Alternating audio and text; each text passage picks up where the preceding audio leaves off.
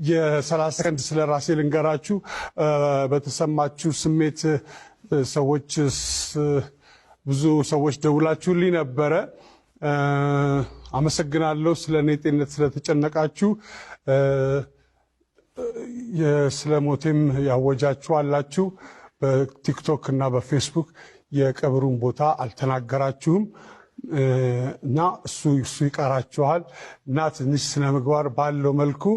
ብንከባበር ስራ ስለስራ ብንከባበር በጣም አሪፍ ነው ታሟል ሲባል ሞተ ሞቷል ሲባል ተቀበረ ተቀበረ ሲባል ተነሳ እነዚህ ወሬዎች ትንሽ ያስቸግራሉ እኔ እዚህ ሳገለግላችሁ እኔ ነኝ ለቤተሰቡ ግን ደግሞ በጣም አስፈላጊ ሰው ነኝ እናንተ ለቤተሰባችሁ እንደምታስፈልጉት ሁሉ ማለት ነው ስለዚህ የምትጽፉትን ጽሑፍ አስቸጋሪ ሊሆን ስለሚችል ጥንቃቄ አድርጉ እንደምን ከረማችሁ ውድ አድማጭ ተመልካቾቻችን በያላችሁበት እንደምን ሰነበታችሁ ተወዳጁና የሳቅ ምንጭ የሆነው ነፃነት ወርቅነህ ውድ ድንቅ የሀገራችን አርቲስት ነው ሁላችንም የምንወደው የምናከብረው አርቲስት ዛሬ ትንሽ በሚያሳዝን ዜና ነው የተገናኘ ነው አርቲስት ነፃነት ወርቅነህ ከዚህ ዓለም በሞት ተለየ እና ሁላችንም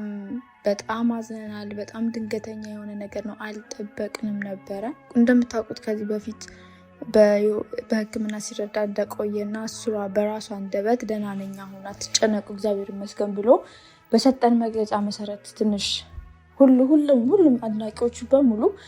የተረጋጋ ስሜት ውስጥ ነበሩ አሁን ደግሞ ድንገት ዛሬ ጠዋት ረፋድ ላይ እንደሞተ ነው ዜናውን እየሰማን ያለ ነው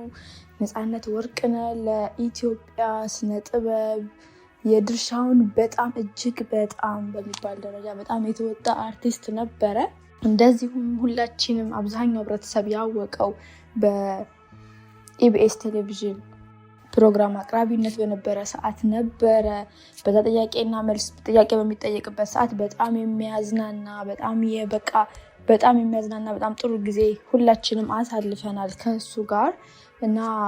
እንደምታውቁት ሁሉም አብዛኞቹ ፊልሞቹ ራሱ ነው የሚጽፈው ራሱ ዳይሬክት ያደርጋል ይደርሳል ይተውናል በጣም ዘርፈ ብዙ ባለሙያ የነበረ ነው ነፃነት ወርቅነህ በስነ ምግባሩ በፈገግታውና በሙያ ፍቅሩ የሚታወቅ ታላቅ ባለሙያ ነበረ ባለትዳርና የሶስት ልጆች አባት ነበር የኢቢኤስ ቴሌቪዥን ማኔጅመንትና ሰራተኞች በደረሰበት የተሰማቸውን ጥልቅ ሀዘን ገልጸዋል እንደዚሁም የተለያዩ ፔጆች ሀዘናቸውን ገልጸዋል እና ለቤተሰቦቹ ለአድናቂዎቹ ለሁላችንም መጽናናትን እንመኛለን በእውነት በጣም የሚያሳዝን ነው በቃ ኢትዮጵያ ላይ ድጋሚ ማናገኘው አርቲስት እንደሚሆን ነው እየተሰማኝ ያለውና ሁላችን መጽናናቱን ይስጠን ለቤተሰቦቹ ለአድናቂዎቹ ለዘመዶቹ በማለፉ በጣም እናዝናለን ለአድናቂዎቹ ለቤተሰቦቹ መጽናናትን እንመኛለን በጣም የሚያሳዝነው ነፍስ ይማር